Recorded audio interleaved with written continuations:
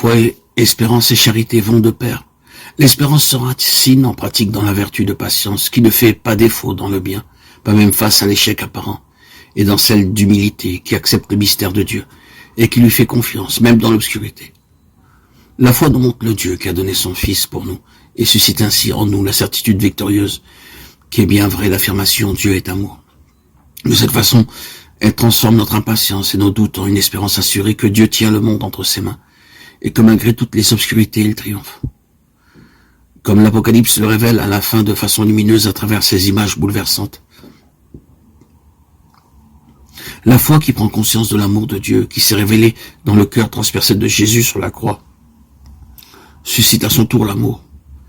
Il est la lumière. En réalité, l'unique qui illumine sans cesse à nouveau un monde dans l'obscurité et qui nous donne le courage de vivre et d'agir. L'amour est possible et nous sommes en mesure de le mettre en pratique parce que nous sommes créés à l'image de Dieu. Vivre l'amour et de cette manière faire entrer la lumière de Dieu dans le monde. Celui qui demeure dans l'amour demeure en Dieu et Dieu en lui. 1 Jean 4, 16.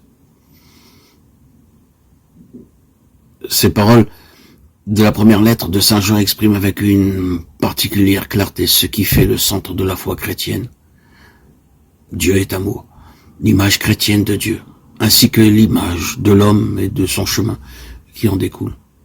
De plus, dans ce même verset, Jean nous offre pour ainsi dire une formule synthétique de l'existence chrétienne. Nous avons reconnu et nous avons cru que l'amour de Dieu est parmi nous. Nous avons cru à l'amour de Dieu. C'est ainsi que le chrétien peut exprimer le choix fondamental de sa vie. L'amour n'est pas seulement un sentiment. Les sentiments vont et viennent. Le sentiment peut être une merveilleuse étincelle initiale, mais il n'est pas la totalité de l'amour.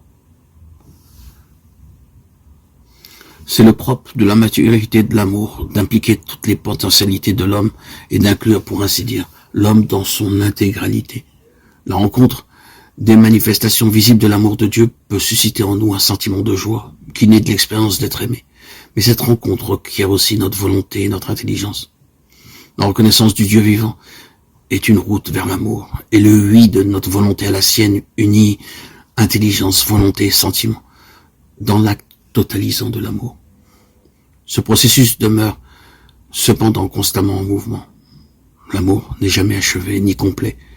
Il se transforme au cours de l'existence, il mûrit, et c'est justement pour cela qu'il demeure fidèle à lui-même. Vouloir la même chose et ne pas vouloir la même chose, voilà ce que les anciens ont reconnu comme l'authentique contenu de l'amour. Devenir l'un semblable à l'autre, ce qui conduit à une communauté de volonté et de pensée.